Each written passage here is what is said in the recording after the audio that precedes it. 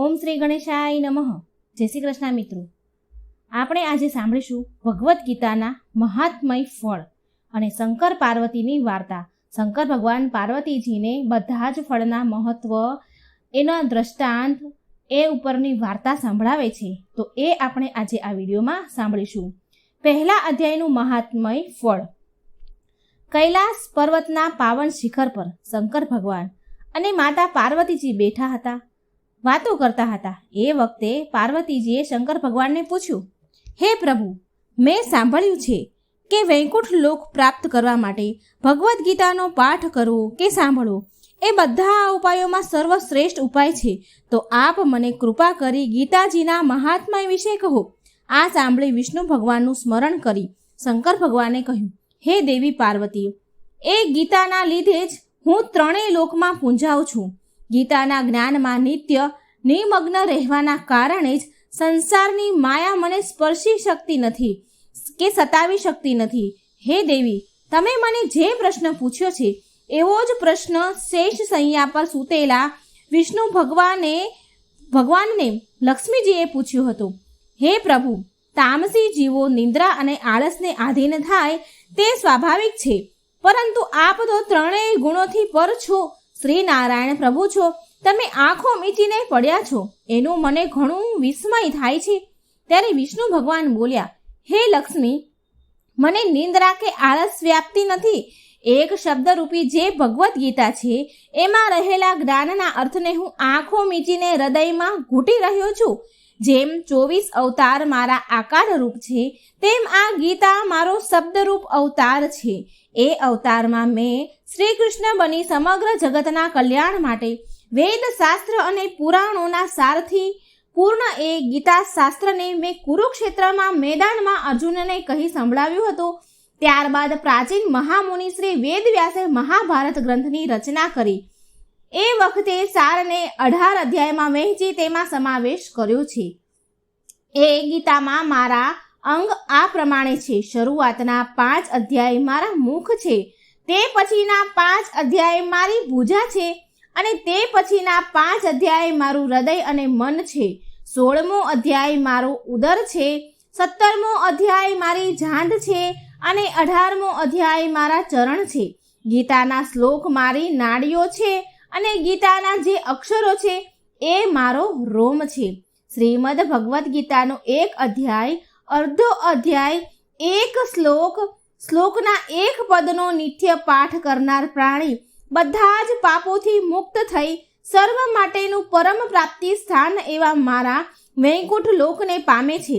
આ સાંભળી લક્ષ્મીજીએ પૂછ્યું, હે પ્રભુ, શ્રી ગીતાનું જ્ઞાન આટલું પરમ શ્રેષ્ઠ જ્ઞાન છે, તો તેનો પાઠ કરવાથી જેને વૈકુંઠ લોક મળ્યો હોય છે તેની કથા મને કહો. જેને વૈકુંઠ લોક મળ્યો છે આ કથાના કારણે, આ પાઠના કારણે, તો એ મને કહો. પુણ્ય કર્મ કરનારાઓની કથા સંભળાવાથી તો પાપનો નાશ થાય જ છે ને. ત્યારે વિષ્ણુ ભગવાન બોલ્યા, હે લક્ષ્મી, શ્રી ગીતાનો પાઠ શ્રવણ કરીને ઘણા જીવ કૃતાર્થ થયા છે. હું એક કથા કહું છું, તમે સાંભળો. આમ કહી વિષ્ણુ ભગવાને એક બ્રાહ્મણની કથા કહેવા લાગ્યા. મહાત્મય કથા. બકરીઓ ચરાવવા ઘણે જ દૂર જંગલમાં ગયો. ત્યાં તેને સાપ કરડતા.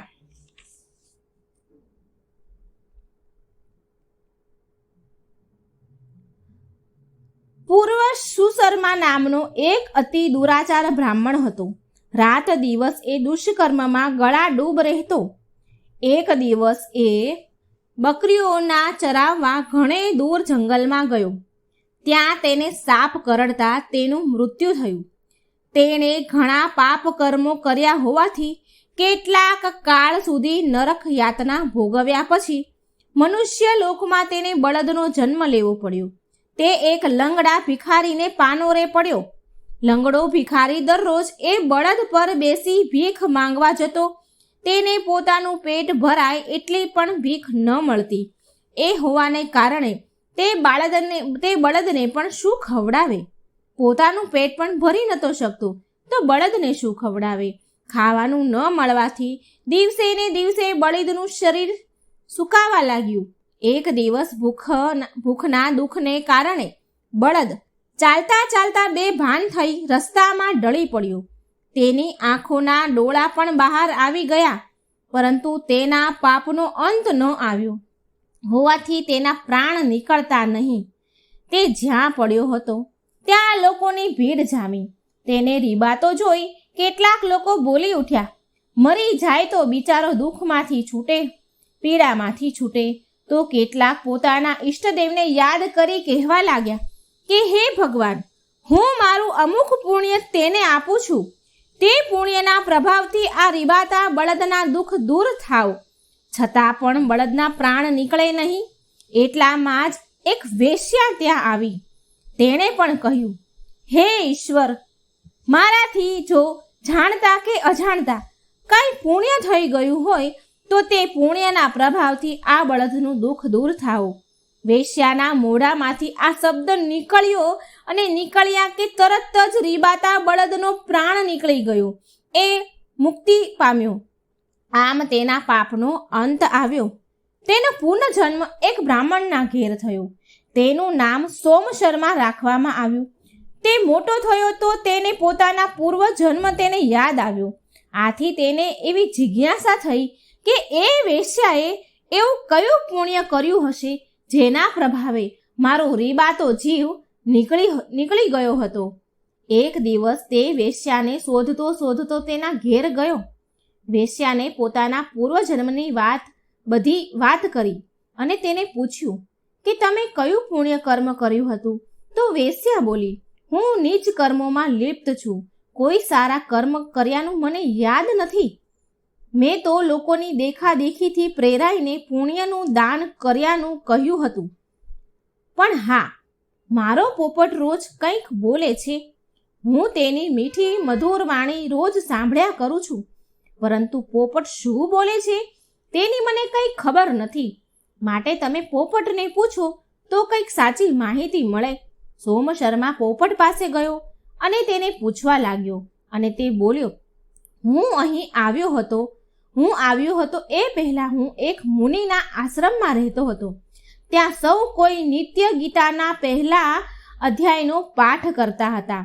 દરરોજ પાઠ સાંભળવાથી મને પણ એ પાઠ મોઢે થઈ ગયો.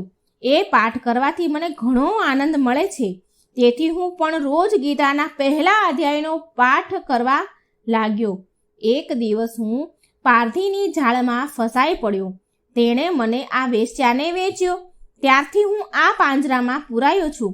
છતાં પણ હું રોજ ગીતાના પહેલા અધ્યાયનો પાઠ કરું છું. પોપટની વાત સાંભળીને સોમશર્મા પણ નિત્ય ગીતાના પહેલા અધ્યાયનો પાઠ કરવા લાગ્યો. છેવટે વિષ્ણુ ભગવાને લક્ષ્મીજીને કહ્યું, હે દેવી, કાળે કરીને સોમશર્મા, વેશ્યા અને પોપટ ત્રણેય મૃત્યુ પામ્યા અને ગીતાના પહેલા અધ્યાયના પુણ્ય બળે વૈકુંઠ લોક પામ્યા. તો મિત્રો, આ હતો પહેલા અધ્યાયનું મહાત્મય ફળ અને શિવ, પાર્વતી અને વિષ્ણુ ભગવાનની કથા. હવે આપણે સાંભળીશું બીજો અધ્યાય અને બીજા અધ્યાયની વાર્તા, જે શંકર ભગવાન પાર્વતીજીને કહે છે. તો ધ્યાનથી સાંભળજો. પાર્વતીજીએ શંકર ભગવાનને ગીતાના બીજા અધ્યાયનું મહાત્મય પૂછતા શંકર ભગવાને કહ્યું કે એક વખત લક્ષ્મીજીને આ મહાત્મય સાંભળવાની ઈચ્છા થતાં વિષ્ણુ ભગવાને જે કથા કહી સંભળાવી હતી તે કથા હું તમને કહું છું, તે સાંભળો. કેમ કે પવિત્ર કર્મ કરનારાઓની ચર્ચા વર્ણન કરવાથી પાપનો નાશ થાય છે. મહાત્મય કથા. પૂર્વકાળે દક્ષિણ દેશમાં પૂરણ નામના નગરમાં સુશર્મા નામનો એક પુણ્યશાળી બ્રાહ્મણ રહેતો હતો. તે સાધુ સેવા કરતો, અતિથિ સત્કાર કરતો, હવન, પૂજન, શ્રાદ્ધ અને તર્પણ દ્વારા દેવતાઓ અને પિતૃઓની સેવા કરતો હતો. એક વખત તે કુંભ સ્નાન કરવા પ્રયાગ ગયો. ત્યાં એક જગ્યાએ સાધુ મહાત્માઓ એકઠા થઈ પરમાત્મા સંબંધમાં ચર્ચા કરી રહ્યા હતા. સુશર્મા ત્યાં જઈ પહોંચ્યા. મહાત્માઓને પ્રણામ કરી ત્યાં બેઠો અને તેઓની ચર્ચા સાંભળવા લાગ્યો. ચર્ચા પૂરી થતાં તેને મહાત્માઓની પોતાની મૂંઝવણ જણાવતા પૂછ્યું કે હું હંમેશા સત્કર્મો કરવામાં જ રચ્યો પચ્યો રહું છું. મેં કદી કોઈ ખરાબ કામ નથી કર્યું, છતાં મારા મનને શાંતિ કેમ નથી મળતી? ચિત્ત અશાંત રહેવાના કારણે હું કોઈ પણ વિષય બાબતે અંતિમ નિર્ણય પર આવી શકતો નથી. તેથી હું નિજાનંદના મુખથી વંચિત રહી જાઉં છું. તેથી હે મહાત્માઓ, મને પરમ સુખ પ્રાપ્ત થાય એવો કોઈ રસ્તો કહો. એક ઘડી આધી મેં પૂની આધ, એવા સંગત સાધુ કી હરે કોટી અપરાધ. સુશર્માની વિનંતી ભર્યા શબ્દો સાંભળી એક મહાત્માએ કહ્યું કે હે બ્રાહ્મણ, તું ગીતાજીના બીજા અધ્યાયનો નિત્ય પાઠ કર, જેથી તારા મનને શાંતિ અને સુખ મળે. આ વિષય બાબતની એક પ્રાચીન કથા છે જે હું તને કહું છું, તું સાંભળ. પ્રતિષ્ઠા નગરમાં દુધર્મ નામનો રાજા રાજ કરતો. તેના રાજ્યમાં વિક્રમ શર્મા નામનો એક અતિ લોભી બ્રાહ્મણ હતો. તે બ્રાહ્મણનો જીવન નિર્વાહ રાજા તરફથી થતો હતો.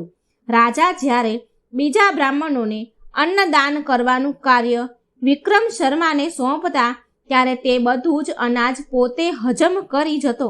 આ ઘોર પાપના પરિણામે તે મૃત્યુ પછી નરકમાં સબડવા લાગ્યો. ઘણા કાળ સુધી નરક ભોગવ્યા પછી ફરીથી તેને મનુષ્ય દેહ મળ્યો.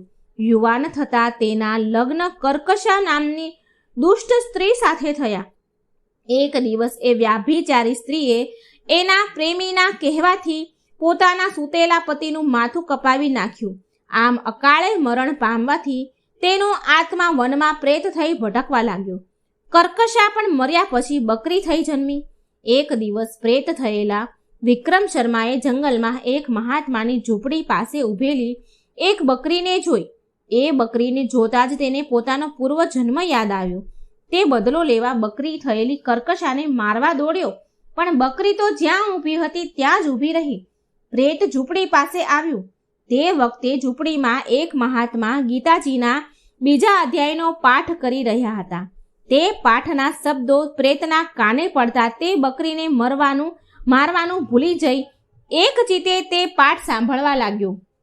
પાઠ સાંભળવાથી તેના મનના વિચારો શુદ્ધ થઈ ગયા. મનમાં કોઈ વેરભાવ ન રહ્યો. બકરી પણ તે પાઠ સાંભળવાથી ત્યાં જ ઊભી રહી હતી. ત્યારબાદ તેઓ બંને ત્યાં રહ્યા અને નિત્ય ગીતાજીના બીજા અધ્યાયનો પાઠ સાંભળવા લાગ્યા. આ પાઠ સાંભળવાથી પુણ્ય બળે પ્રેત અને બકરી બંને વૈકુંઠ લોક પામ્યા. આમ કહી મહાત્માએ સુશર્માને ગીતાજીના બીજા અધ્યાયનો નિત્ય પાઠ કરવાનો ઉપદેશ આપ્યો. સુશર્મા નિત્ય ગીતાજીના બીજા અધ્યાયનો પાઠ કરવા લાગ્યા. તેથી તેને મનની શાંતિ મળી અને સંસારના બધા સુખ ભોગવી અંતકાળે વૈકુંઠ લોકમાં ગયા. આ હતો મિત્રો બીજા અધ્યાયનું મહાત્મય ફળ અને કથા. હવે આપણે સાંભળીશું ત્રીજા અધ્યાયની મહાત્મય ફળ અને કથા. ભગવદ્ ગીતાના મહાત્મય ફળ અને કથા સાંભળવાનું પણ ઘણું પુણ્ય છે. ત્રીજો અધ્યાય મહાત્મય ફળ. જગત જનની પાર્વતીજી શંકર ભગવાન અને લક્ષ્મીજીએ શ્રી વિષ્ણુ ભગવાનને કહ્યું, હે પ્રભુ, હવે આપ અમને ગીતાજીના ત્રીજા અધ્યાયનું મહાત્મય અને તેના ફળ વિશે જણાવો, જે સાંભળી અમે કૃતાર્થ થઈએ.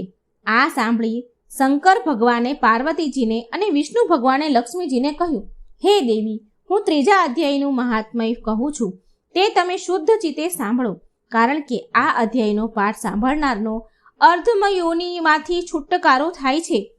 મહાત્મય કથા આ પ્રમાણે છે. કૌશિક વંશમાં જન્મેલો જડ નામનો એક બ્રાહ્મણ વેદશાસ્ત્રોનો જાણકાર હોવા છતાં પાપ કર્મોના પરિણામે અધોગતિને પામ્યું. તેને જાત જાતના વેપાર ધંધા કરી પુષ્કળ ધન એકઠું કર્યું હતું, પણ એ ધન ધર્મ કાર્યોમાં વાપરવાના બદલે જુગાર, શરાબ અને વેશ્યાગમનમાં ઉડાડવા લાગ્યું. આ દૂષણોમાં ધન ખલાસ થઈ જતા તેણે ચોરી કરીને ફરીથી ધન એકઠું કર્યું. જડ પાસે પુષ્કળ ધન એ બાબતની જાણ લૂંટારાઓને થતાં તેઓ એક રાતે તેના ઘર પર ત્રાટક્યા. તેને મારી નાખીને તેને બધું જ ધન લૂંટી ગયા. અકાળે મરણ પામવાથી જડ પ્રેત થયો અને પ્રેત યોનિમાં તેના પાપ કર્મોના કારણે દારૂણ દુઃખ ભોગવવા લાગ્યો. આ જડ બ્રાહ્મણોને મોહન નામનો પુત્ર હતો. તે વેપાર અર્થે દૂર દેશાવર ગયો હતો. તે જ્યારે પોતાના ગામ પાછો ફર્યો ત્યારે પોતાના પિતાના મૃત્યુના સમાચાર જાણી અતિશય દુઃખી થયો. પ્રેત યોનિમાંથી પિતાની મુક્તિ અર્થે પુત્રે શાસ્ત્રોક્ત રીતે ઉત્તર ક્રિયા કરી શ્રાદ્ધ કર્યું, પરંતુ જડને પ્રેત યોનિમાંથી મુક્તિ ન મળી અને તે પ્રેત થઈને પુત્રના ઘરમાં જ ભટકવા લાગ્યો. એક દિવસ મોહનને ત્યાં તેનો મિત્ર થોડા દિવસ રહેવા માટે આવ્યો. બીજે દિવસે પ્રાતઃકાળે તેનો મિત્ર સાન સંધ્યા કરીને ગીતાજીના 3જા અધ્યાયનો પાઠ કરવા લાગ્યો. આ પાઠ પ્રેત રૂપે ભટકતા જડે પણ સાંભળ્યો. પરિણામે તેનો પ્રેત યોનિમાંથી ઉદ્ધાર થઈ ગયો. તેને લેવા માટે યમના દૂતના બદલે વિષ્ણુ દૂતો વિમાન લઈને આવ્યા. પ્રેત યોનિમાંથી મુક્ત થયેલા જડ જ્યારે વિમાનમાં બેસવા ગયો ત્યારે અપ્સરાઓએ પુષ્પો વરસાવીને તેનું સ્વાગત કર્યું. પુત્ર પુણ્યશાળી આત્માવાળો હોવાથી તે આ બધું જોઈ શકતો હતો. તેના મનમાં જિજ્ઞાસા જાગતા તેણે પિતાને પૂછ્યું કે તમને મુક્તિ કઈ રીતે મળી? ત્યારે જડ બોલ્યો કે તારા મિત્રે ગીતાજીના પાઠ 3જા અધ્યાયના પાઠ કર્યા, તે મેં સાંભળ્યા, પરિણામે મને મુક્તિ મળી. હે વત્સ, મારો ભાઈ અને આપણા જે પૂર્વજો પોતાના પાપ કર્મોના કારણે હજુ પણ નરક ભોગવી રહ્યા છે, તેમને મુક્તિ માટે તું નિત્ય ગીતાજીના 3જા અધ્યાયનો પાઠ જરૂર કરજે. એ જ દિવસથી પુત્ર નિત્ય ગીતાજીના 3જા અધ્યાયનો પાઠ કરવા લાગ્યો. આ પાઠના પુણ્ય બળે તેના તમામ પિતૃઓને નરકમાંથી મુક્તિ મળી. એટલું જ નહીં, અંતકાળે તે અને તેનો મિત્ર પણ વૈકુંઠ લોકને પામ્યા. જ્યાં ભગવદ્ ગીતાનો ગ્રંથ હોય અને જ્યાં ગીતાનો પાઠ થાય છે ત્યાં પ્રયાગ આદિ સર્વ તીર્થોનો વાસ રહેલો છે. એનો મતલબ એમ છે, અર્થાત ગીતાજીના શ્રવણ પઠનથી પ્રયાગ આદિ પવિત્ર ધામોમાં સ્નાન કર્યા જેટલું પુણ્ય પ્રાપ્ત થાય છે. 4થા અધ્યાયનું મહાત્મય ફળ આ રીતે છે. પાર્વતીજીએ શંકર ભગવાનને કહ્યું અને લક્ષ્મીજીએ વિષ્ણુ ભગવાનને કહ્યું, હે પ્રભુ, હવે આપ અમને ગીતાજીના 4થા અધ્યાયનું મહાત્મય અને તેના ફળ વિશે જણાવો. આ સાંભળી શંકર ભગવાને પાર્વતીજીને અને વિષ્ણુ ભગવાને લક્ષ્મીજીને કહ્યું, હે દેવી, 4થા અધ્યાયનો પાઠ શ્રવણથી જીવ ઉત્તમ લોકોને પામે છે. હું એક કથા કહું છું, એ તમે ધ્યાનથી સાંભળો. મહાત્મય કથા. પવિત્ર કાશી નગરીમાં દેવદત્ત નામનું ધર્મિષ્ઠ બ્રાહ્મણ રહે છે. એક દિવસ તે ભગવાન વેદવ્યાસના દર્શન કરવા ગંગા પાર કરી રામનગર ગયો. ત્યાં એક કૂવો જોયો. કૂવામાંથી પાણી સિંચી સ્નાન કરી સંધ્યા પૂજા કરી. થયું એવું કે એ કૂવા પાસે બોરડીના 2 વૃક્ષો હતા. તેની નીચે તેણે બેસીને ગીતાજીના 4થા અધ્યાયનો પાઠ કર્યો. પાઠ પૂર્ણ કરી તેણે ભોજન કર્યું.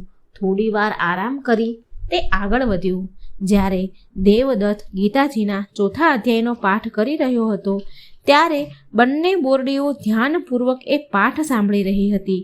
આ પાઠનું શ્રવણ કરવાથી તેઓ બંને પોતાના સ્થાનેથી પડી ગઈ અને વૃક્ષયોનીમાંથી છૂટી કાશીના એક બ્રાહ્મણના ઘેર કન્યાઓ રૂપે જન્મી.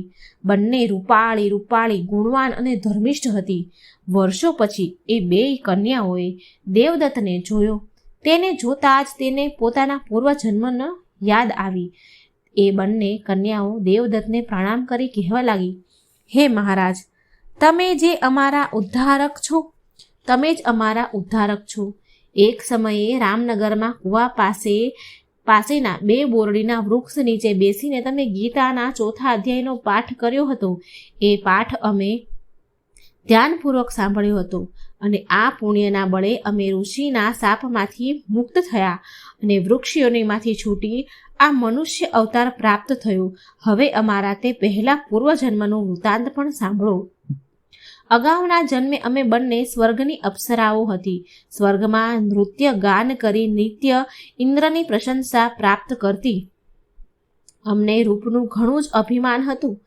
એક દિવસ અમે પૃથ્વી પર વિહાર કરવા આવ્યા ત્યારે ગોદાવરી નદીના કિનારે છિન્નાપાપ નામના સ્થળે અમે સત્યપતા નામના ઋષિને ઘોર તપ કરતા જોયા. આ ઋષિનું તપ જોઈ ઇન્દ્ર પણ ગભરાઈ ગયા અને તેમને પોતાના ઇન્દ્રાસન જતું રહેવાનો ભય લાગ્યો. આથી તેમણે ઋષિનું તપ ભંગ કરવા અમને ઋષિ પાસે મોકલી. અમે મધુર ગીત ગાન કરી, મોહક નૃત્ય કરી, મનમોહક હાવભાવ કરી ઋષિને તપમાંથી ચલિત કરવા ઘણા પ્રયત્નો કર્યા. ધ્યાન ભંગ થતાં ઋષિ સમાધિમાંથી જાગી ગયા અને બહુ ક્રોધિત થયા અને અમને શ્રાપ આપ્યો કે જાઓ, તમે બંને જડ બોરડી બની જાઓ. શ્રાપ સાંભળીને અમે ગભરાઈ ગઈ. ઋષિને અમે આજીજી કરતા કહ્યું, આમાં અમારો કોઈ દોષ નથી. અમે તો ઇન્દ્રના કહેવાથી અહીં આવ્યા હતા. ઋષિને અમારા ઉપર દયા આવી એટલે તેમણે કહ્યું, જ્યારે તમે ગીતાજીનો 4થો અધ્યાય સાંભળશો ત્યારે જ તમારી મુક્તિ થશે. આ સાંભળી દેવદત્તે પણ તે બંને કન્યાઓને ગીતાજીના 4થા અધ્યાયનો નિત્ય પાઠ કરવાનું કહ્યું. બંને કન્યાઓ નિત્ય પાઠ કરવા લાગી. આ પાઠના પુણ્ય બળે બંને કન્યાઓ મૃત્યુ પછી સ્વર્ગમાં પાછી ફરી અને દેવદત્ત પણ અંતકાળે વૈકુંઠ લોક પામ્યો. અહીં 4થા અધ્યાયની મહાત્મય કથા પૂર્ણ થઈ. હવે આપણે સાંભળીશું ભાગવદ્ ગીતાના 5મા અધ્યાયની મહાત્મય કથા. પાર્વતીજી શંકર ભગવાનને કહે છે અને લક્ષ્મીજી વિષ્ણુ ભગવાનને કહે છે, હે પ્રભુ, હવે આપ અમને ગીતાજીના 5મા અધ્યાયનું મહાત્મય અને તેના ફળ વિશે અમને જણાવો. આ સાંભળી શંકર ભગવાને પાર્વતીજીને અને વિષ્ણુ ભગવાને લક્ષ્મીજીને ગીતાજીના 5મા અધ્યાયનો પાઠ કરનારા મનુષ્યના સ્પર્શ માત્રથી અધમ જીવનો ઉદ્ધાર થાય તે જણાવે છે. માટે આ અધ્યાયનું મહાત્મય વિશેષ છે. આ બાબતે એક કથા હું કહું છું, તે તમે સાંભળો. કર્મ સંન્યાસ યોગની આ 5મા અધ્યાયનું મહાત ફળ તમે શાંતિથી સાંભળજો. કથા છે, પૂર્વ પુરુક્ષુસ નામના એક નગરમાં પિંગળ નામનો એક દુરાચારી બ્રાહ્મણ રહેતો હતો. તે જન્મે બ્રાહ્મણ હતો, પરંતુ કર્મ રાક્ષસ હતા. કદી પણ સ્નાન સંધ્યા હોમ હવન કે પૂજા અર્ચના ન કરતો. એટલું જ નહીં, જે કરે તેની હાંસી ઉડાડતો. બ્રાહ્મણ હોવા છતાં એ ભવૈયાઓ સાથે રહીને વાજા વગાડતો, નાચ ગાન કરતો. તેની પત્ની અરુણા પણ તેના જેવી જ ઉલટા અને વ્યાભિચારણી હતી. એક દિવસ વ્યાભિચારણી અરુણાને પોતાના પતિ રંગરાગના માર્ગમાં અંતરાય રૂપ લાગ્યો. તેથી તેણે ઊંઘતા પતિને મારી નાખ્યો. આવું જઘન્ય મોત થતાં પિંગળ નરકમાં પડ્યો અને યાતના ભોગવવા લાગ્યો. ઘણો સમય યાતના ભોગવી તે પૃથ્વી પર ગીધ થઈને જન્મ્યો. તેથી કુલટા પત્ની અરુણાને પગંદરનો રોગ થયો. તે મૃત્યુ પામી અને બીજા જન્મે પૃથ્વી પર સુગરી થઈને જન્મી. એક દિવસ શિકારની શોધમાં નીકળેલી ગીધની નજર સુગરી પર પડી. તત્કાળ તેને પોતાના પૂર્વજન્મનું જ્ઞાન થયું. જ્ઞાન થતાં જ ગીધ સુગરીને મારવા દોડ્યો. મોતની બીકે સુગરી નાઠી, પણ ગીધે તેને પકડીને મારી નાખી. એ જ વખતે એક શિકારીની નજર આ ગીધ ઉપર પડી. તેણે બાણ મારીને ગીધને મારી નાખ્યો. નસીબ જોગે બંનેના હાડકાં એક જ્ઞાની મનુષ્યની ખોપડીમાં પડ્યા. યમદૂતો બંનેને યમરાજા પાસે લઈ ગયા. યમરાજાએ કહ્યું કે તમે બંને મહાપાપી છો. તમને તો હંમેશને માટે નરકમાં જ નાખવા જોઈએ. પરંતુ તમારા હાડકાં બ્રહ્મજ્ઞાની મહાત્માની ખોપડીમાં પડવાથી તમારા પાપો નાશ પામ્યા છે. આ મહાત્મા નિત્ય શ્રી ગીતાજીના 5મા અધ્યાયનો પાઠ કરતા હતા. તેથી તેના પુણ્ય બળે તમારો પણ ઉદ્ધાર થઈ ગયો છે. થોડી જ વારમાં વિમાન આવ્યું અને પિંગળ અને અરુણા તેમાં બેસીને વૈકુંઠ લોક ગયા. અહીં 5મા અધ્યાયનું મહાત્મા ફળ પૂર્ણ થાય છે.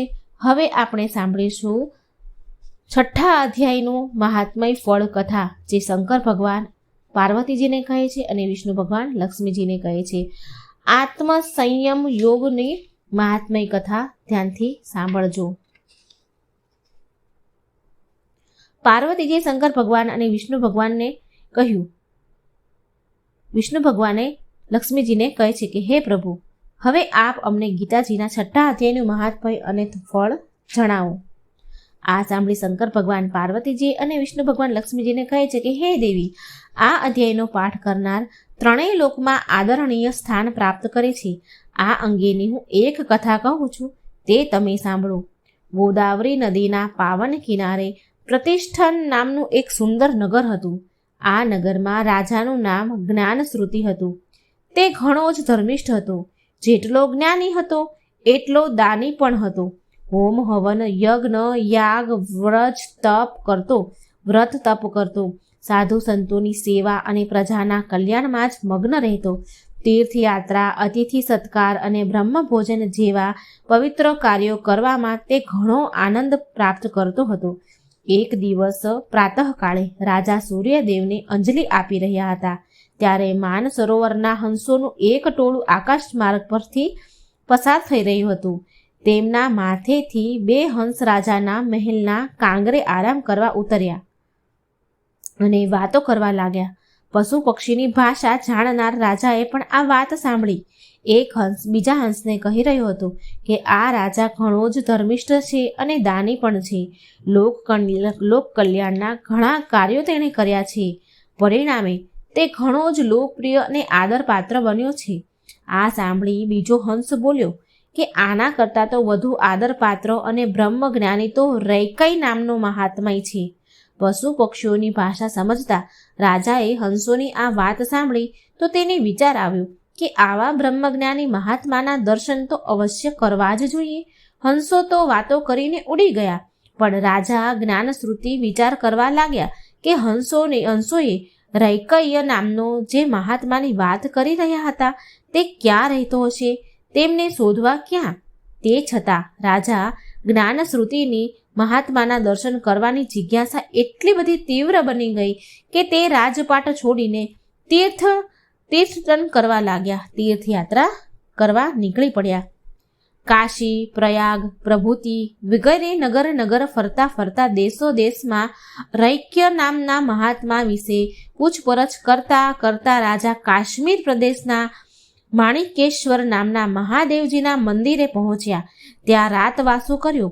સવારે રાજાએ મંદિરના પૂજારીને મહાત્માએ રૈક્ય અંગે પૂછપરછ કરી તો પૂજારીએ જણાવ્યું કે મહાત્મા રૈક્ય તો આ નગરમાં જ રહે છે. રાજા જ્ઞાનશ્રુતિ તત્કાળ રૈક્ય પાસે પહોંચી ગયા. જઈને પ્રણામ કર્યા અને નમ્ર અવાજે પૂછ્યું કે હે પાવનકારી સંત, આપ આ કક્ષાએ કઈ રીતે પહોંચ્યા? એ કૃપા કરી મને જણાવશો તો હું કૃતાર્થ થઈશ.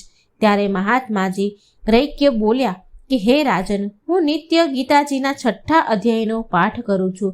તે પાઠના પુણ્ય બળે હું આ સિદ્ધિ પ્રાપ્ત કરી શક્યો છું. આ સાંભળી રાજા જ્ઞાનશ્રુતિ પણ નિત્ય ગીતાજીના 6થા અધ્યાયનો પાઠ કરવા લાગ્યા અને આ પુણ્યના બળે રાજા સર્વ સુખ ભોગવી અંતકાળે વૈકુંઠ પામ્યા. 6થા અધ્યાયની મહાત્મય ફળ કથા અહીં સંપૂર્ણ થાય છે. હવે આપણે સાંભળીશું 7મા અધ્યાયની કથા, મહાત્મય કથા વાર્તા આપણે સાંભળીશું. જ્ઞાન વિજ્ઞાન યોગ. આ 7મો અધ્યાય છે. પાર્વતીજી શંકર ભગવાન અને લક્ષ્મીજી વિષ્ણુ ભગવાનને કહે છે કે પ્રભુ, હવે આપ અમને ગીતાજીના 7મા અધ્યાયની મહાત્મય ફળ વિશે જણાવો. આ સાંભળી શંકર ભગવાને પાર્વતીજીને અને વિષ્ણુ ભગવાને લક્ષ્મીજીને કહ્યું કે હે દેવી, હું તમને ગીતાજીના 7મા અધ્યાયનું મહાત્મય કહું છું, તે સાંભળો. મહાત્મય કથા આ પ્રમાણે છે. પાટલીપુત્ર નામના નગરમાં એક શંકુકર્ણ નામનો બ્રાહ્મણ રહેતો હતો. તેને 3 પુત્રો હતા. શંકુકર્ણ વેપાર કરીને સુખેથી ગુજરાન ચલાવતો હતો. એકવાર તેને વધુ ધન કમાવા માટે પરદેશ જવાનો વિચાર કર્યો. તેણે પોતાના પુત્રને ખબર પડી કે એ રીતે પોતાનું બધું જ ધન એક ખાડામાં ખોદી દીધું. પછી તે વહાણ લઈને ઉત્તર દિશા તરફ નીકળી ગયો. દુર્ભાગ્યે બન્યું એવું કે પરદેશમાં સાપ કરડવાથી શંકુકર્ણ મૃત્યુ પામ્યો. અકાળે મૃત્યુ થવાથી તેનો જીવ તેના દાટેલા ધનમાં અટકી રહ્યો. આથી તે સાપ બનીને જ એ જગ્યાએ ધન દાટેલું હતું ત્યાં ધનનું રક્ષણ કરવા લાગ્યો. એક દિવસ સર્પયોનીની પારાવાર પીડા સહન ન થતા તેણે પોતાના પુત્રને સપનામાં આવી વાત કરી કે હે પુત્ર, હું સર્પયોનીમાં પારાવારા પીડા ભોગવી રહ્યો છું. મને મુક્તિ અપાવો માટે તું મને મુક્તિ અપાવ, મારો ઉદ્ધાર કરો. આ વાત સાબિત રૂપે શંકુકર્ણ પોતે જ્યાં ધન દાટ્યું હતું તે જગ્યા તેને દેખાડી. જોગાનું જોગ. 3 ભાઈઓએ એક સાથે જ સપનું જોયું.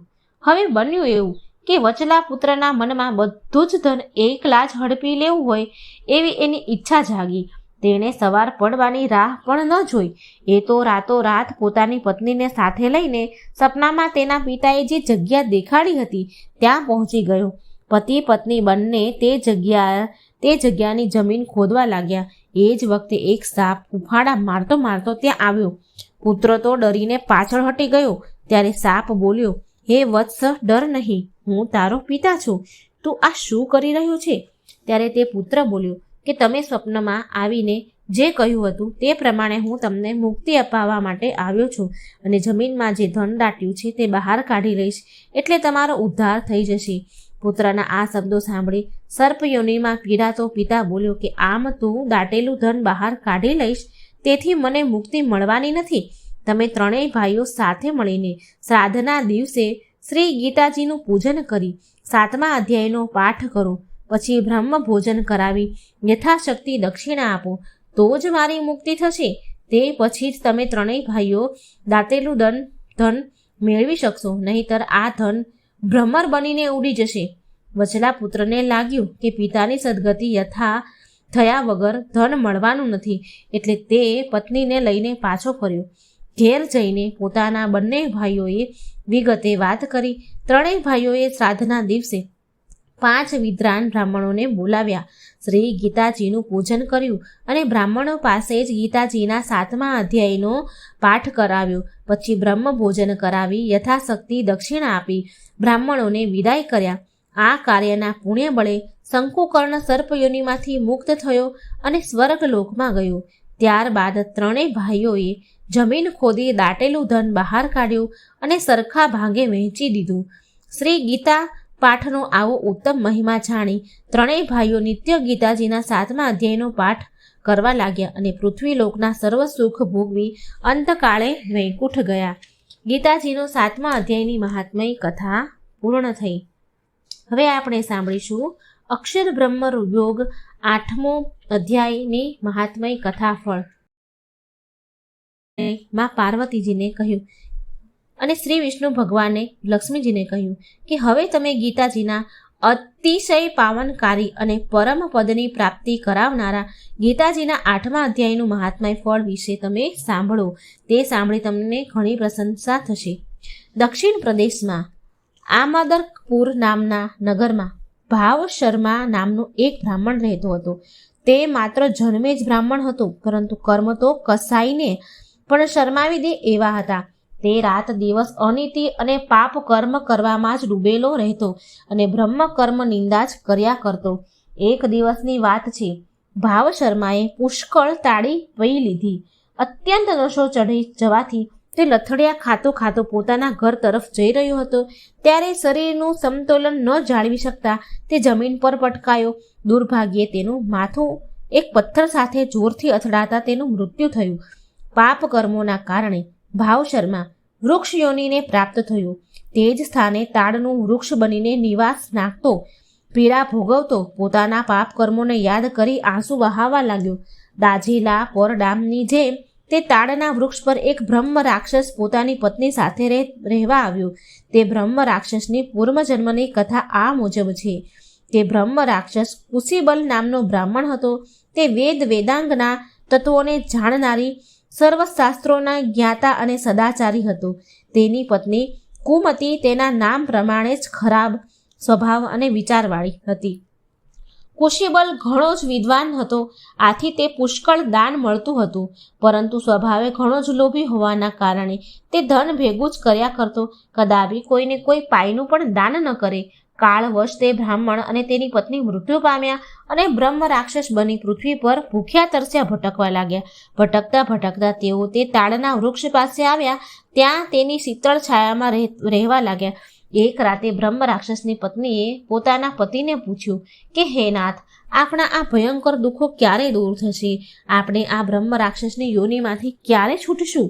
આપણે શી રીતે ઉદ્ધાર આપણો થશે? ત્યારે બ્રહ્મ રાક્ષસ બોલ્યો, બ્રહ્મ વિદ્યાનો ઉપદેશ, આધ્યાત્મક તત્વોનો વિચાર અને કર્મ વિધિના જ્ઞાન વિના આપણને મુક્તિ મળવાની મુશ્કેલ છે. આ સાંભળી તેની પત્નીએ પૂછ્યું કે તદ બ્રહ્મ કિમધ્યાંતમ કિમ કર્મ પુરુષોત્તમ. તે બ્રહ્મ શું છે, અધ્યાત્મક શું છે અને કર્મ શું છે?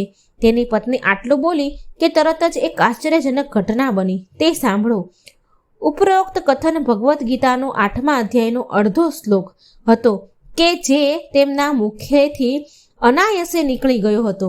તે અડધા શ્લોકના મહાત્મ્યથી તે પતિ પત્ની બ્રહ્મ રાક્ષસની યોનિમાંથી મુક્ત થયા.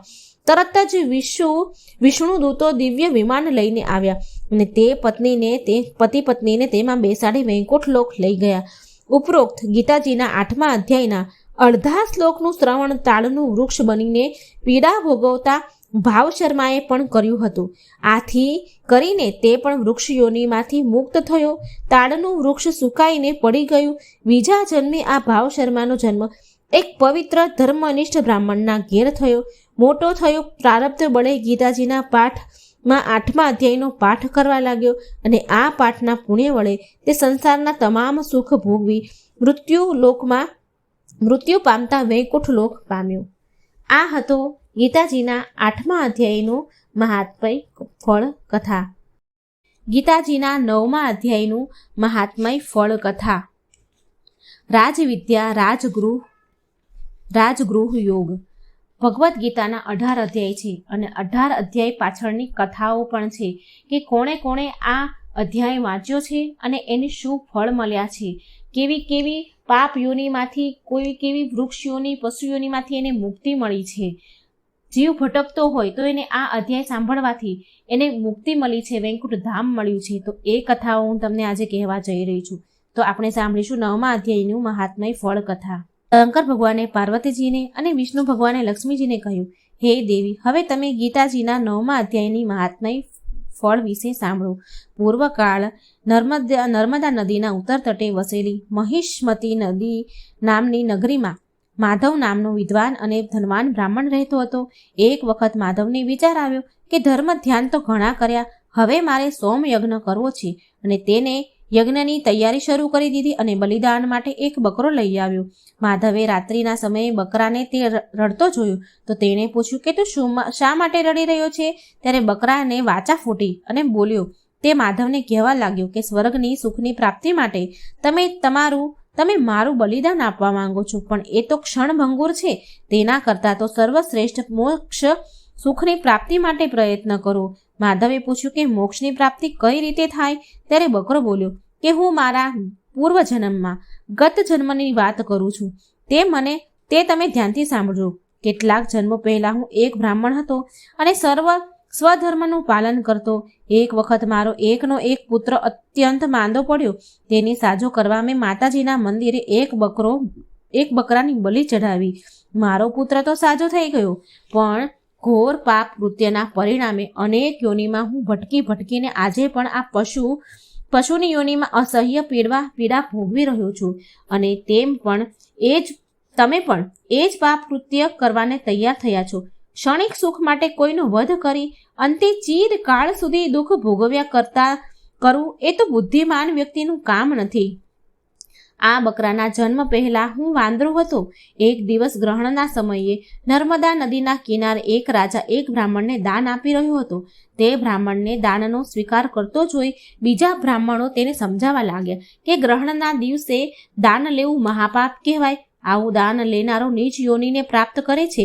ત્યારે દાન લેનારો બ્રાહ્મણ બોલ્યો, હું કોઈ લોભ લાલચથી દાન નથી લેતો, માત્ર શરીરના નિર્વાહ અર્થ દાન લઉં છું. વળી હું નિત્ય ગીતાજીના 9મા અધ્યાયનો પાઠ કરું છું, જેનાથી મારા તમામ પાપનો નાશ થાય છે. આમ કહીને બકરો બોલ્યો કે હે બ્રાહ્મણ, એ સમયે હું પણ ઝાડ પાસે બેઠો હતો. મેં આ વાત સાંભળી હતી. તમે મારું બલિદાન આપવાના બદલે ગીતાજીના 9મા અધ્યાયનો પાઠ કરો તો તમારા અને મારા બંનેનો ઉદ્ધાર થશે. માધવને બકરીની વાત ગમી, સાચી લાગી. તેણે ગીતાજીના 9મા અધ્યાયનો પાઠ કર્યો. આ પાઠનું શ્રવણ કરતાં જ બકરો પશુઓનીમાંથી મુક્ત થઈ ગયો. આ જોઈ માધવે જીવનભર નિત્ય 9મા અધ્યાયનો પાઠ કરવાનો પવિત્ર સંકલ્પ કર્યો. આ પાઠના પુણ્ય બળે માધવ પૃથ્વી પરના સમસ્ત સુખ ભોગવી અંતકાળે વૈકુંઠ લોક પામ્યો. 9મો અધ્યાયનું મહાત્મય ફળ કથા અહીં સંપૂર્ણ થાય છે. હવે આપણે સાંભળીશું વિભૂતિ યોગ 10મો અધ્યાયની મહાત્મય ફળ કથા.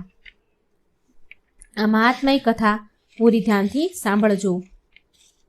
કૈલાસ નિવાસી શંકર ભગવાને પાર્વતીજીને અને ક્ષીરસાગરમાં શેષ શૈયા પર શયન કરનારા શ્રી વિષ્ણુ ભગવાને લક્ષ્મીજીને કહ્યું કે હે દેવી, હવે હું ગીતાજીના 10મા અધ્યાયના મહાત્મય ફળ વિશેની પરમ પાવન કથા કહું છું, તે તમે સાંભળો.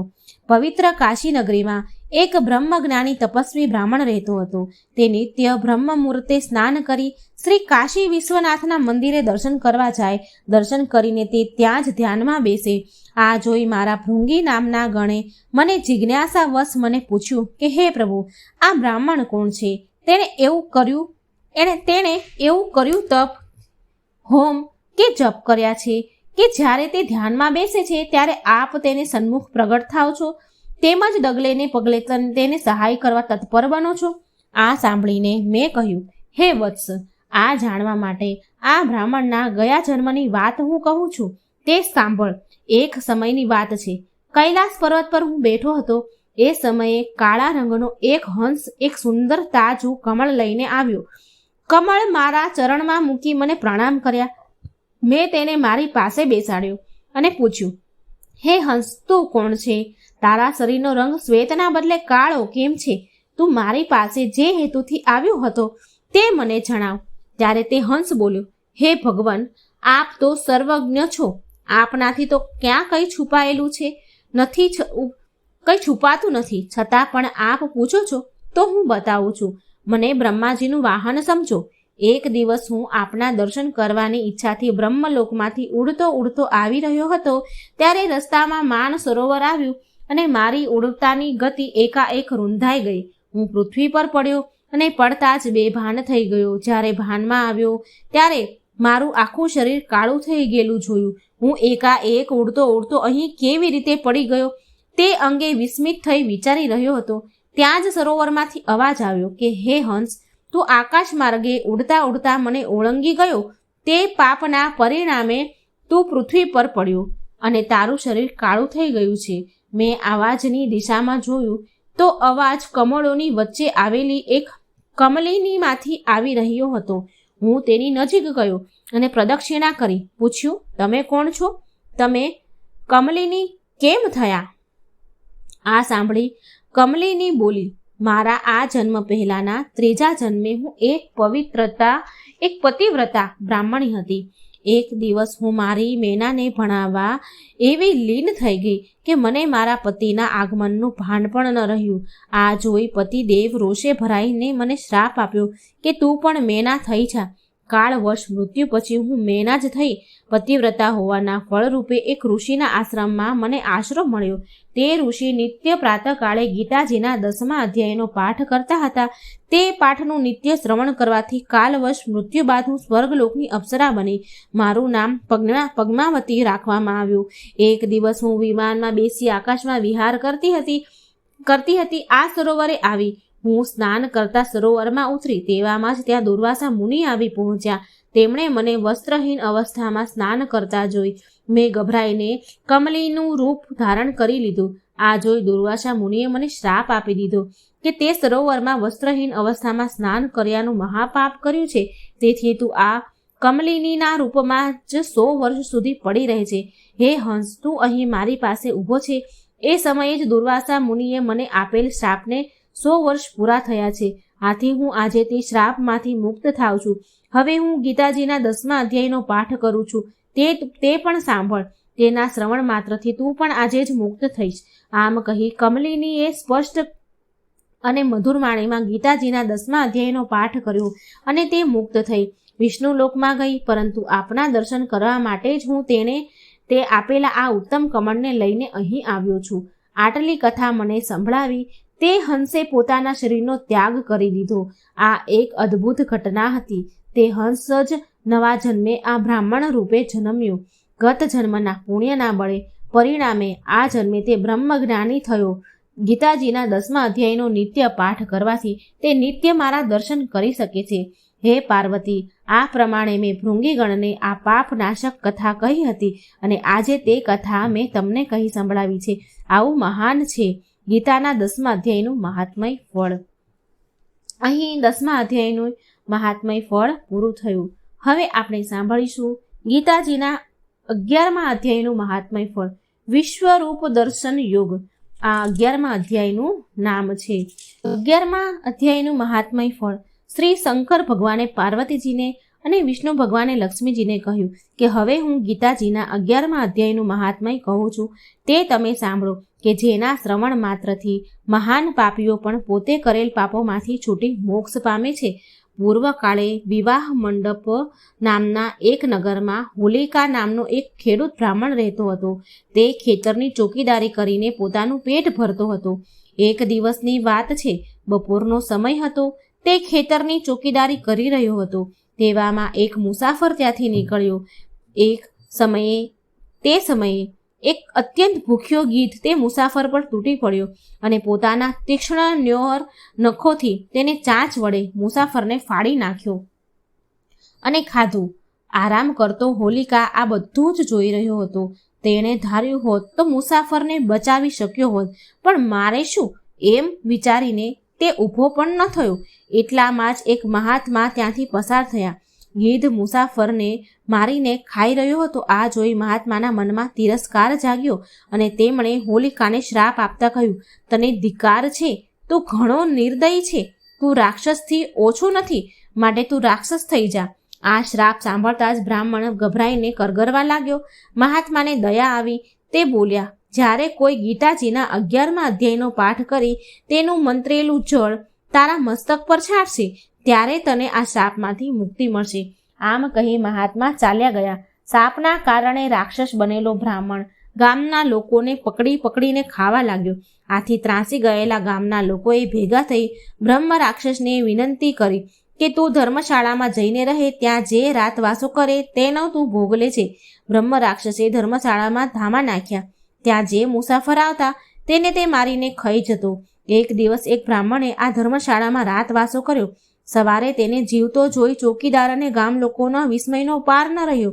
બ્રાહ્મણ જાણકાર છે એમ માની ચોકીદારે આ બ્રાહ્મણને થોડા દિવસ ધર્મશાળામાં રહેવાની વિનંતી કરી. બ્રાહ્મણ રોકાઈ ગયો. બન્યું એવું કે ચોથા દિવસે સાંજે ચોકીદારના પુત્રનો મિત્ર ગામમાં આવ્યો.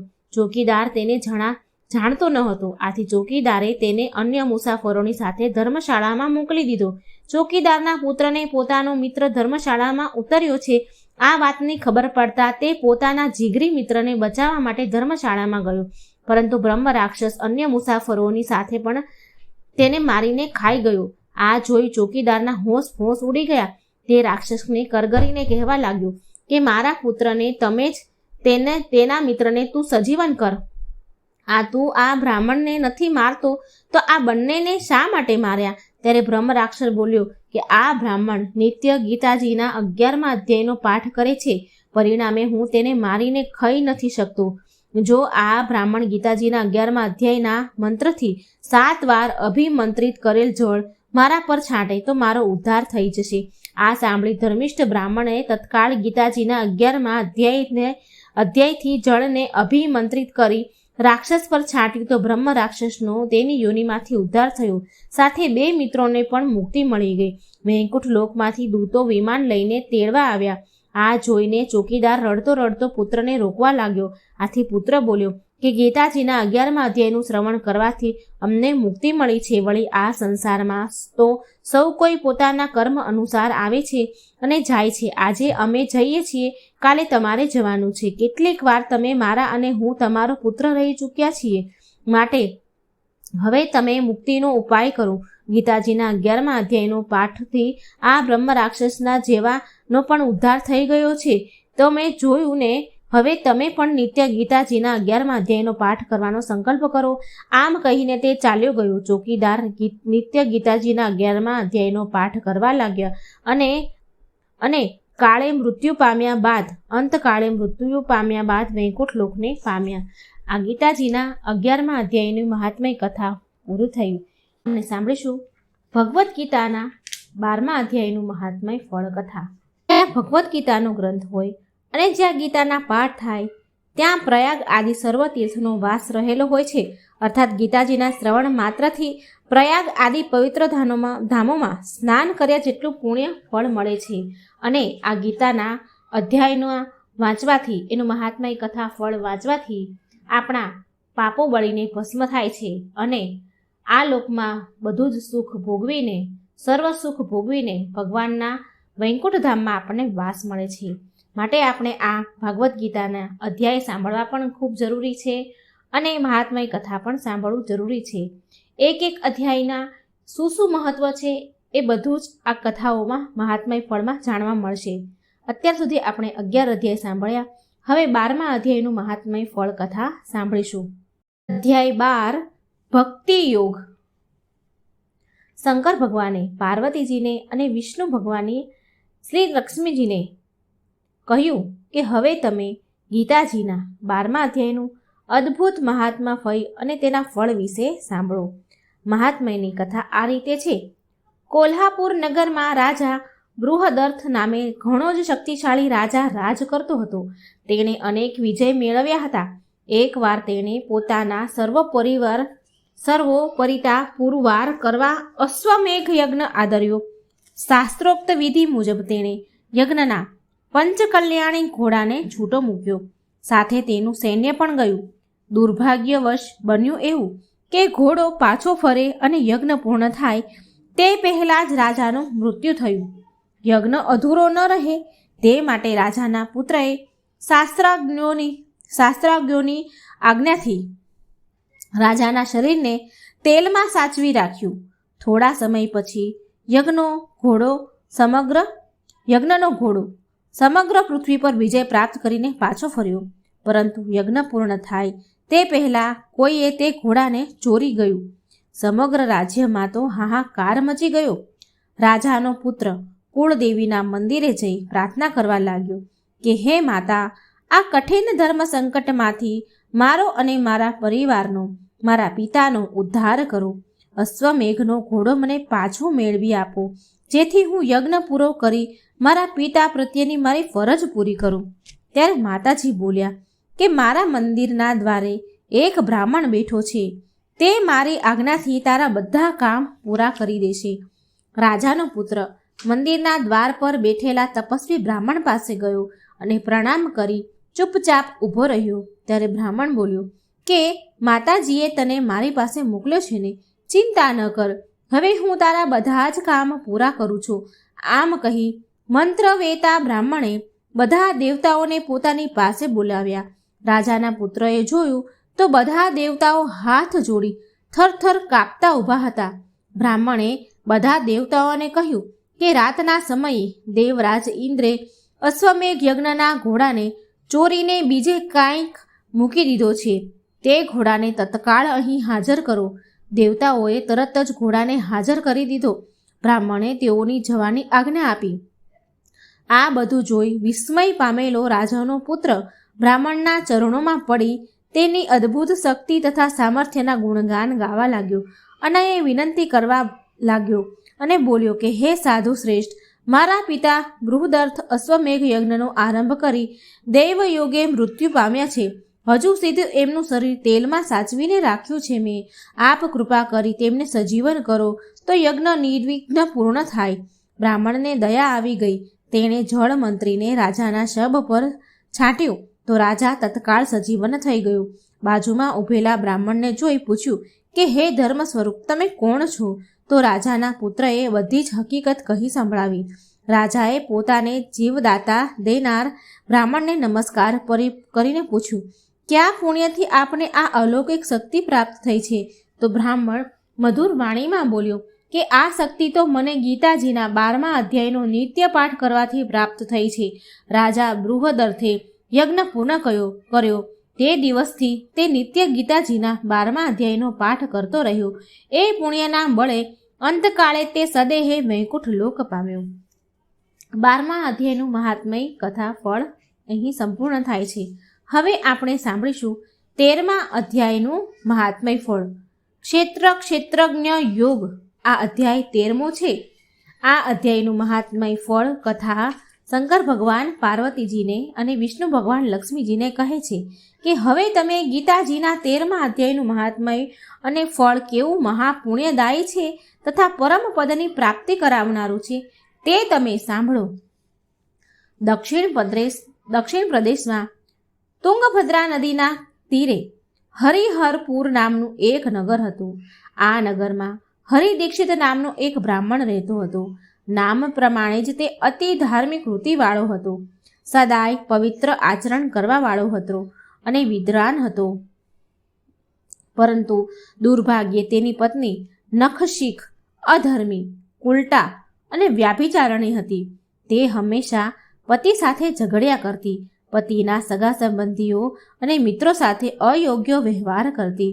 જ્યારે હરિદીક્ષિત ગામમાં કોઈને ત્યાં ધાર્મિક વિધિ કરવા કે કામ અર્થે ઘરની બહાર જતો, ત્યારે તેની પત્ની પરપુરુષને ઘેર બોલાવીને રંગ રાગ માણતી. આ બ્રાહ્મણીના પાપનો ઘડો ભરાઈ જતા તેને ભયંકર રોગ લાગુ પડ્યો. ઘણા ઉપાય અજમાવવા છતાંય તે સાજી ન થઈ અને રેબાઈને મરી ગઈ. યમરાજના દૂતો તે પાપિનીને સંયમની પુરીમાં લઈ ગયા. ત્યાં તે યમરાજાની આજ્ઞાથી ઘણા સમય સુધી ઘોર નરકાયતાના ભોગવતી સબળતી રહી. છેવટે તે એક ચાંડાલના ઘેર પુત્રી થઈને જન્મી. જાત જાતની મુસીબતો વેઠતી તે મોટી થવા લાગી. પૂર્વજન્મના અભ્યાસથી તે આ જન્મમાં પણ પાપ કર્મોમાં જ પ્રવૃત્ત રહેતી હતી. એક દિવસની વાત છે. એક ધર્મનિષ્ઠ બ્રાહ્મણના ઘેર ધાર્મિક મહોત્સવ હતો. ત્યાં બ્રહ્મ ભોજન પણ હતું. ચાંડાલણી વધ્યું ઘટ્યું ખાવાનું લેવા માટે ત્યાં ગઈ અને બારણે આરામથી બેઠી. ત્યાં ઊંચા અવાજે થઈ રહેલા ગીતાજીના 13મા અધ્યાયના પાઠનું એકાગ્રચિત્તે શ્રવણ કરવા લાગી. બન્યું એવું કે એકાએક ચાંડાલણીને ગભરામણ થતાં તેનું હૃદય બંધ પડી ગયું અને તે ત્યાં જ મૃત્યુ પામી. તેને ઢળી પડેલી જોઈ ઉત્સવમાં ભાગ લેવા આવેલા બધા જ ત્યાં એકઠા થઈ ગયા. ચાંડાળો પણ ચાંડાલણીના શબને લેવા આવી પહોંચ્યા. ત્યાં જ બધાના વિસ્મય વચ્ચે આકાશમાંથી એક વિમાન આવ્યું. તેમાંથી દેવાંગનાઓ ઉતરી અને ચાંડાલણીને ઉત્તમ વસ્ત્ર અલંકારો સજાવવા લાગી. આ જોઈ બધા વિસ્મયનો પાર ન રહ્યો. બધાને જેના ઘેર ઉત્સવ હતો તે બ્રાહ્મણ દેવાંગનાઓને પૂછવા લાગ્યો કે તમે કોણ છો અને આ ચાંડાલણીને ક્યાં લઈ જાઓ છો? ત્યારે દેવાંગનાઓ બોલી કે અમે વિષ્ણુલોકથી દેવાંગનાઓ છીએ. આજે આ ચાંડાલણીએ ગીતાજીના 13મા અધ્યાયનું અનાયસે પરંતુ એકાગ્રચિત્તે શ્રવણ કર્યું હોવાથી તેના આજ સુધીના પાપો નાશ પામ્યા છે. તેનો ઉદ્ધાર થયો છે. અમે તેને વૈકુંઠમાં લઈ જઈએ છીએ. દેવાંગનાઓ ચાંડાલણીને લઈને વૈકુંઠ લોકમાં ગઈ. આ જોઈ ત્યાં હાજર હતા તે બધા જીવનભર ગીતાના 13મા અધ્યાયનો પાઠ કરવાનો પવિત્ર સંકલ્પ કર્યો. આ પ્રમાણે શંકર ભગવાને પાર્વતીજીને કથા સંભળાવી અને કહ્યું, હે દેવી, જેઓ નિત્ય 13મા અધ્યાયનો પાઠ કરે છે તે મૃત્યુ બાદ સદગતિ પામી વૈકુંઠ લોકમાં જાય છે. હવે આપણે સાંભળીશું અહીં 13મા અધ્યાયની મહાત્મય કથા પૂરી થઈ. હવે આપણે સાંભળીશું અધ્યાય 14મો, ત્રિગુણ વિભાગ યોગ. આ 14મા અધ્યાયનું મહાત્મય ફળ અને કથા શંકર ભગવાન પાર્વતીજીને અને વિષ્ણુ ભગવાન લક્ષ્મીજીને કહે છે કે હવે તમે સંસારના બંધનોમાંથી મુક્તિ અપાવનાર ગીતાજીના 14મા અધ્યાયનું મહાત્મય ફળ તમે સાંભળો. મહારાષ્ટ્ર પ્રદેશમાં પ્રદ્યુતક નામના મહાનગરમાં બ્રહ્મદત્ત નામનો એક અતિ પવિત્ર અને ધર્મનિષ્ઠ બ્રાહ્મણ રહેતો હતો. તે જેટલો ધાર્મિક અને પરમાર્થી હતો એટલી જ તેની પત્ની વિલોભના દુરાચારી હતી.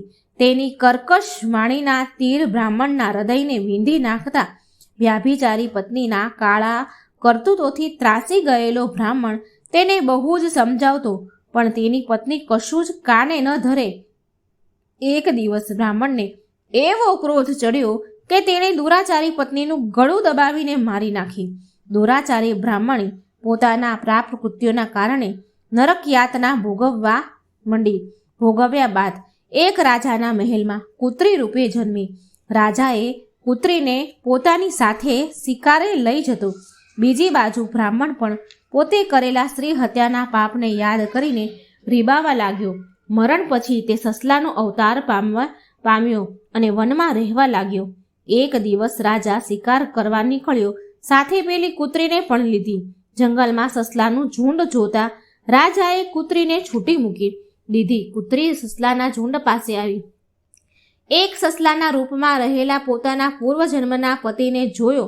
તત્કાળ તેને બદલો લેવાનો નિશ્ચય કર્યો. તેણે બીજા સસલાઓને સામે નજર પણ કર્યા વગર તે સસલાની પાછળ દોડી. સસલો જીવ બચાવવા દોડ્યો, પરંતુ જનૂનને ભરાયેલી કૂતરીએ તેનું ગળું પકડી લીધું. સસલો પણ પોતાના પૂર્વજન્મની પત્નીને ઓળખી ગયો, એટલે મહાપ્રયાસે ગળું છોડાવીને જીવ બચાવવા ભાગવા લાગ્યો.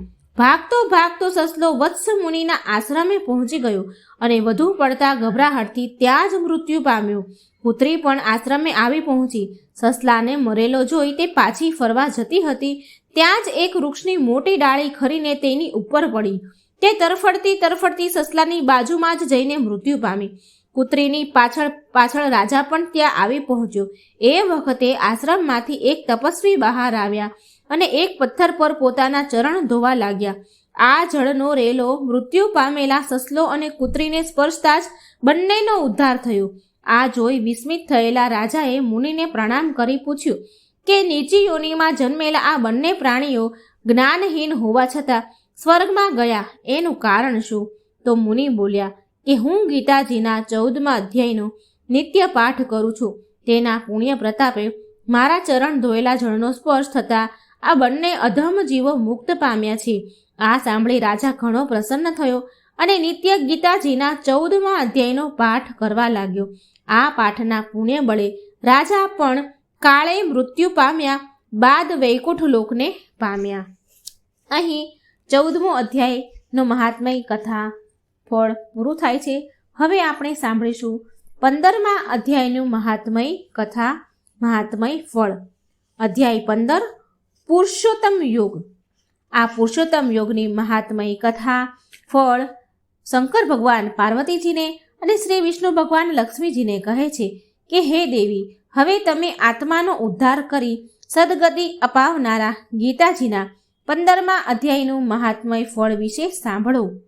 પૂર્વકાળે ગૌડા દેશમાં નૃસિંહ નામનો એક મહાપરાક્રમી રાજા રાજ કરતો હતો. તેનો મંત્રી ઈર્ષાળુ સ્વભાવનો હતો. રાજાને સ્વર્ગ સમાન સુખ વૈભવ ભોગવતો જોઈ તેને વિચાર કર્યો કે જો હું રાજકુમારો સહિત રાજાને મારી નાખું અને ખુદ રાજા બની જાઉં તો મને પણ આ વૈભવ ભોગવવા મળે. પછી તો મંત્રી રાત દિવસ રાજાને મારી નાખવાના જ વિચાર કરવા લાગ્યો. એક અંધારી રાતે મંત્રીએ રાજાને મારી નાખવા માટે મહેલ તરફ જઈ રહ્યો હતો. ત્યારે અંધારામાં તેનો પગ એક સાપ પર પડ્યો. સાપે દંશ દેતા તત્કાળ મંત્રી મૃત્યુ પામ્યો. બીજા જન્મે આ મંત્રી સિંહ દેશમાં ઘોડા રૂપે જન્મ્યો. તે ગુણોમાં અશ્વરાજ ઉચ્ચસ્રવા સમાન મહાતેજસ્વી હતો. જોગાનું જોગ તે ઘોડાને નૃસિંહ રાજાએ એક સોદાગર પાસેથી મોં માંગી કિંમત આપી ખરીદી લીધો. એક દિવસ રાજા તે ઘોડા પર બેસીને શિકાર કરવા જંગલમાં ગયો. શિકારની શોધમાં મધ્યાહન થઈ ગયો.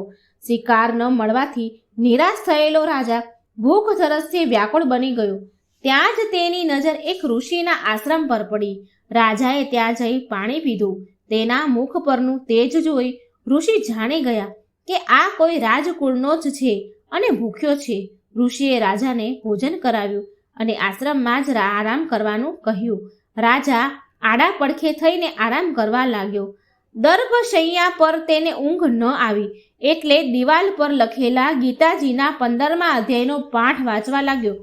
આ પાઠ તેને બહુ ગમી ગયો. તેની વારંવાર વાંચીને યાદ કરવા લાગ્યો. 8-10 વખત વાંચતા તેને આખો પાઠ મોઢે થઈ ગયો. સાંજ પડતા રાજાએ પોતાના નગર ભણી પાછા જવાની તૈયારી કરી, પરંતુ તેનો ઘોડો ઘાસ ખાતો હતો. તેથી તે ઘોડાને પંપાળતો ગીતાજીના 15મા અધ્યાયનો પાઠ કરવા લાગ્યો. પાઠ પૂર્ણ થતાં જ ઘોડાનું મૃત્યુ થયું. રાજાને ઘણી નવાઈ લાગી. તેણે આ વિશે ઋષિને પૂછ્યું તો ઋષિએ જણાવ્યું કે હે રાજન, આ ઘોડો ગયા જન્મે તારો મંત્રી હતો. તે તને પુત્રો સહિત મારી નાખીને તારું રાજ છીનવી લેવા ઈચ્છતો હતો. આ પાપથી તેનું અકાળે મૃત્યુ થયું અને આ જન્મે ઘોડા રૂપે જન્મ્યો. આપના મુખેથી અનાયસે ગીતાના 15મા અધ્યાયનો પાઠ સાંભળતા જ પશુયોનિમાંથી મુક્ત થઈને સ્વર્ગલોકમાં ગયો. આ અદ્ભુત કથન સાંભળીને વિસ્મિત થયેલો રાજા નૃસિંહ મહેલે પાછો ફર્યો. મોટા રાજકુમારોનો રાજ્યાભિષેક કરી રાજ સિંહાસન પર બેસાડી તેને રાજા તરીકે જાહેર કર્યો. ત્યારબાદ રાજા નૃસિંહે ગીતાજીના 15મા અધ્યાયનો નિત્ય પાઠ કરવા લાગ્યા. આ પાઠના પુણ્ય પ્રતાપે તે મૃત્યુ પછી વૈકુંઠ લોક પામ્યા. 15મા અધ્યાયનું મહાત્મય ફળ કથા અહીં સંપૂર્ણ થાય છે. ભગવદ્ ગીતાના 16મા અધ્યાયની મહાત્મય કથા ફળ. 16મો અધ્યાય છે દેવાસુર સંપ દ્વિભાગ્ય યોગ. આ 16મા અધ્યાયનું મહાત્મય ફળ કથા શંકર ભગવાન પાર્વતીજીને અને વિષ્ણુ ભગવાન લક્ષ્મીજીને કહે છે કે હવે તમે રોગ, ભય અને શોકનાશક ગીતાજીના 16મા અધ્યાયનું મહાત્મય ફળ વિશે સાંભળો. સૌરાષ્ટ્ર નગરમાં ખડગબાહુ નામનો રાજા રાજ કરતો હતો. તે ઘણો જ ભલો અને ઇન્દ્ર સમાન પરાક્રમી. એક દિવસની વાત છે. પ્રાતઃકાળનો સમય હતો. રાજા ઝરૂખામાં બેઠો હતો. એવામાં તેની નજર એક ગાંડા તૂર થઈ ગયેલા હાથી પર પડી. હાથી સૂંઢ ઉલાળતો, ધરતી ધ્રુજવતો દોડતો હતો. લોકો ચીસો પાડતા, જીવ બચાવવા નાશ ભાગ કરતા હતા. સૈનિકો હાથીને ભાલાની નોક મારીને તેને પકડવા માટે દોડતા હતા. તેવામાં રાજાની નજર હાથી જે દિશામાં જઈ રહ્યો હતો તે જ દિશામાં આવતા એક બ્રાહ્મણ ઉપર પડી.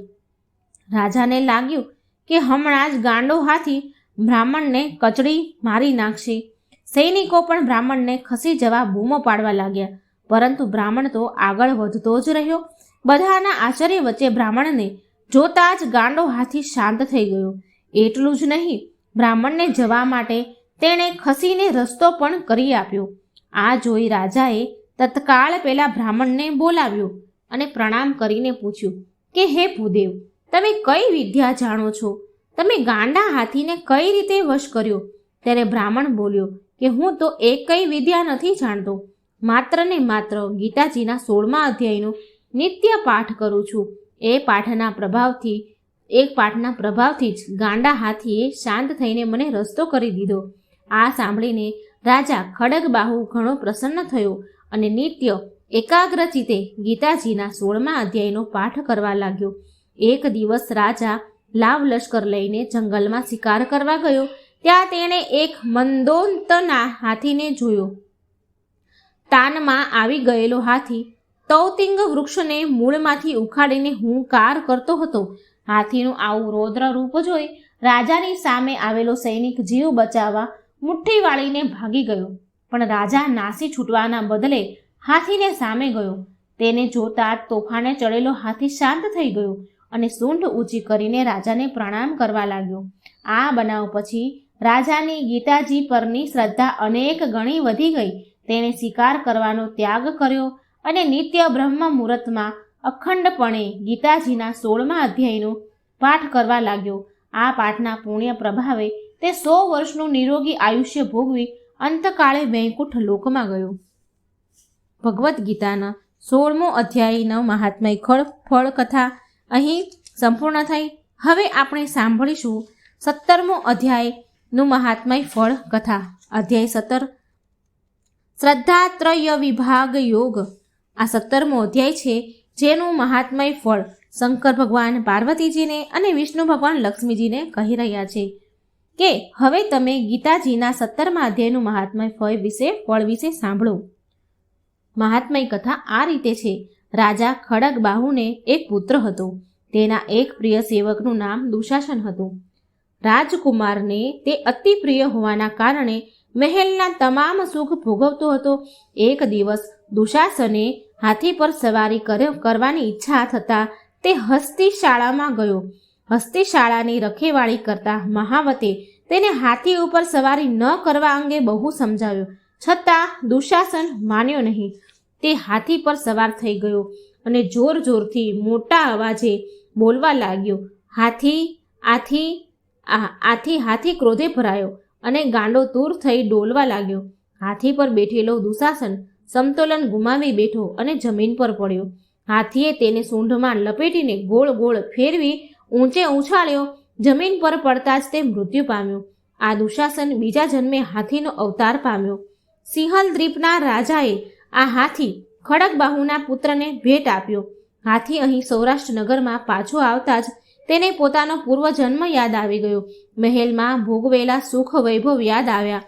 હાથી બનેલો દુશાસન મનોમન એવો ઉદ્વિગ્ન રહેવા લાગ્યો કે તેણે ખાવા પીવાનું છોડી દીધું. આથી તે માંદો પડી ગયો. ઘણા ઉપચાર કરવા છતાં તે સાજો ન થયો. એક દિવસ એક બ્રહ્મજ્ઞાની બ્રાહ્મણ રાજાના દરબારમાં આવ્યા. રાજાના મુખ પર વિષાદ જોઈ તેણે પૂછ્યું તો રાજાએ પોતાના હાથીની માંદગીની વાત કરી. બ્રાહ્મણ ઘણો જ્ઞાની હતો. તે તત્કાળ રાજાને લઈને હાથી પાસે ગયો અને ત્યાં તેણે ગીતાજીના 17મા અધ્યાયનો પાઠ કર્યો. પછી મંત્રેલું જળ હાથી ઉપર છાંટ્યું તો તેનો પશુ યોનિમાંથી ઉદ્ધાર થયો. તેને લેવા વિષ્ણુના દૂતો વિમાન લઈને આવ્યા. હાથીને આવી પરમ મુક્તિ મળેલી જોઈ વિસ્મિત થયેલા રાજાએ બ્રાહ્મણને આ વિશે પૂછ્યું તો બ્રાહ્મણ બોલ્યો કે હું નિત્ય શ્રદ્ધાપૂર્વક ગીતાજીના 17મા અધ્યાયનો પાઠ કરું છું. આ પાઠ દ્વારા મંત્રેલું જળ હાથી ઉપર છાંટવાથી જ તેનો ઉદ્ધાર થયો છે. આ જોઈ રાજા ખડગબાહુ પણ નિત્ય ગીતાજીના 17મા અધ્યાયનો પાઠ કરવા લાગ્યા. આ પાઠના પુણ્ય બળે તે પૃથ્વી પરના સર્વ સુખ ભોગવીને અંતકાળે સદેહે વૈકુંઠ લોક પામ્યા. 17મા અધ્યાયનું મહાત્મય ફળ કથા અહીં સંપૂર્ણ થઈ. હવે આપણે સાંભળીશું છેલ્લો 18મો અધ્યાયનો મહાત્મય ફળ કથા. અધ્યાય 18 મોક્ષ સંન્યાસ યોગ.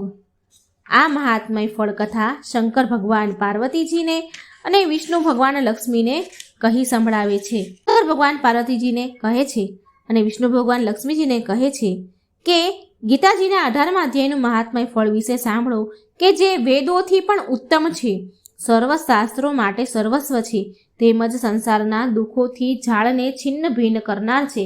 સિદ્ધ પુરુષો માટે આ પરમ રહસ્યની વસ્તુ છે. મેરુ પર્વતના શિખર પર અમરાવતી નામની એક દેવતાઓની રમણીય નગરી છે. તેને પૂર્વકાળમાં વિશ્વકર્માએ બનાવી હતી. આ નગરીનો રાજા ઇન્દ્ર તેની પત્ની સચી સાથે રહેતો હતો. એક દિવસની વાત છે. ઇન્દ્ર દરબાર ભરીને બેઠા હતા. એવામાં જ ઇન્દ્રએ જોયું કે વિષ્ણુ ભગવાનના દૂતો એક અદ્ભુત પુરુષને લઈ આવી રહ્યા છે. તે પુરુષને 1000 આંખો હતી. વળી તેના મુખ પર સૂર્ય સમાન તેજ હતું. ઇન્દ્ર તે 1000 આંખોવાળા પુરુષનું તેજ જીરવી ન શકતા મણિમય સિંહાસન પરથી પડી ગયો અને બેભાન થઈ ગયો. આથી ઇન્દ્રના સેવકોએ દેવલોકના સામ્રાજ્યનો મુંગટ તે અદ્ભુત પુરુષના મસ્તક પર મૂકી તેને સિંહાસન પર બેસાડ્યો. પછી તો સ્વર્ગના નવા રાજાની ખુશાલીમાં દિવ્ય ગીતો ગવાયા. દિવાંગનાઓની સાથે દેવતાઓ તેની આરતી ઉતારવા લાગ્યા. ઋષિઓએ વેદ મંત્રોનો ઉચ્ચારણ કરી તેને આશીર્વાદ આપ્યા. ગંધર્વો મધુર સ્વરમાં મંગલમય ગીતો ગાવા લાગ્યા. કિન્નરો સંગીતના કર્ણપ્રિય સૂર વહાવા લાગ્યા અને અપ્સરાઓ મનોરમ નૃત્ય કરવા લાગી. જ્યારે ઇન્દ્ર ભાનમાં આવ્યો ત્યારે તેને જાણ થઈ કે ઇન્દ્રનું ઇન્દ્રાસન છીનવાઈ ગયું છે. હવે તે સ્વર્ગનો અધિપતિ રહ્યો નથી. તેને વિષ્ણુ ભગવાન પાસે જઈને ફરિયાદ કરી, હે પ્રભુ, મારાથી એવો કયો અપરાધ થયો કે મારું ઇન્દ્રાસન મારે છોડવું પડ્યું? પૂર્વકાળે મેં 100 યજ્ઞનું અનુષ્ઠાન કરી તમને પ્રસન્ન કરીને આ સ્વર્ગાધિપતિનું પદ પ્રાપ્ત કર્યું હતું. પરંતુ તે પુરુષે એવું તે કયું કર્મ કર્યું છે કે તેનું પુણ્ય બળ મારા કરતાં પણ વધી ગયું અને આજે દેવલોકનો અધિપતિ બની ગયો છે? ત્યારે વિષ્ણુ ભગવાને કહ્યું કે હે ઇન્દ્ર, તે અદ્ભુત પુરુષ નિત્ય ગીતાજીના 18મા અધ્યાયનો 100 પાઠ અત્યંત શ્રદ્ધાપૂર્વક કરે છે. આ પાઠનું પુણ્ય સર્વ પુણ્યોમાં શિરોમણી છે. તેથી તેનું પુણ્ય બળ વધી જતા તે દેવલોકનો અધિપતિ થયો છે. તમે પણ નિત્ય ગીતાજીના 18મા અધ્યાયનો પાઠ શ્રદ્ધાપૂર્વક કરશો તો તેના પુણ્ય બળે અવશ્ય તમને ઇન્દ્રાસન પાછું મળશે. વિષ્ણુ ભગવાનના આ વચનો સાંભળી ઇન્દ્ર ગોદાવરી તટ પર જઈને ગીતાજીના 18મા અધ્યાયનું નિત્ય 100 પાઠ કરવા લાગ્યા. ધીરે ધીરે ઇન્દ્રનું પુણ્ય બળ વધતું ગયું. એક દિવસ સહસ્ત્ર આંખોવાળો પુરુષ ઇન્દ્ર પાસે આવ્યો અને તેને ઇન્દ્રાસન સ્વીકારી લેવાની વિનંતી કરતા બોલ્યો કે મને ઇન્દ્રાસન કરતાં વૈકુંઠ વધુ પ્રિય છે. આ તો તમને ગીતાજીના 18મા અધ્યાયનું મહાત્ફળ જણાવવા માટે હું ઇન્દ્રાસન પર આરૂઢ થયો હતો. જો તમે નિત્ય ગીતાજીના 18મા અધ્યાયનો શ્રદ્ધાપૂર્વક પાઠ કરતા રહેશો તો કોઈ તમારું ઇન્દ્રાસન છીનવી નહીં શકે. આમ કહી ઇન્દ્રને ઇન્દ્રાસન સોંપી તે અદ્ભુત પુરુષ વૈકુંઠ લોકમાં ચાલ્યો ગયો. હે પાર્વતી, જે મનુષ્ય શ્રદ્ધાપૂર્વક આ પાઠનું શ્રવણ કરે છે તે સમસ્ત યજ્ઞો કર્યાનું ફળ પામી અંતકાળે વૈષ્ણુ ભગવાનના વૈકુંઠ લોકમાં જાય છે. તો મિત્રો, અહીં આપણે હવે ભગવદ્ ગીતાના 18 અધ્યાયની મહાત્મય કથા સાંભળી અને આ કથા સાંભળવાનું ખૂબ પુણ્ય છે. આપણા સર્વ પાપો બળી, ગમે તેવા જઘન્ય પાપ હોય એ બળીને ભસ્મ કરે છે. માટે આ અધ્યાયોને સાંભળી અને આપણું જીવન સાર્થક કરીએ. આ મરણના જીવતાના જે ફેરા છે એ આપણે ટાળીએ અને ભગવાનના વૈકુંઠ ધામ જઈએ. માટે આ અધ્યાય જરૂર સાંભળજો. જય શ્રી કૃષ્ણ. રાધે રાધે. Thank you.